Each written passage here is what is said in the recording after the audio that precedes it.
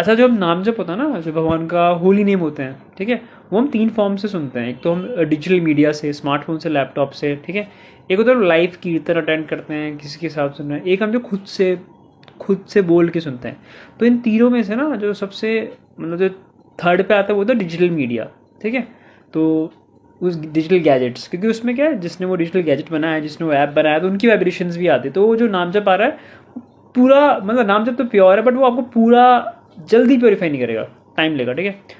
दूसरा होता है जब लाइव किसी को सुन रहे होते हो कीर्तन में, तो उससे प्योरीफिकेशन बहुत फास्ट होता है। और सबसे ज़्यादा फास्ट प्योरीफिकेशन है जब हम खुद के मुंह से बोल के सुनते हैं। ये सबसे प्योरेस्ट फॉर्म है नाम जप, ठीक है। उससे प्योरीफिकेशन बहुत जल्दी आएगा। मतलब बाकी 2 मेथड से भी आएगा, बट उसमें टाइम लगेगा। तो वो भी करते रहो और इस पर भी फोकस रखो। जब हो सके नाम जप करते रहो, मेट्रो में हो, कहीं भी हो, keep on doing it every time. लिखो उसको, खुद के लिखे को पढ़ो और करते रहो। वो सबसे फास्ट प्योरीफिकेशन होगा।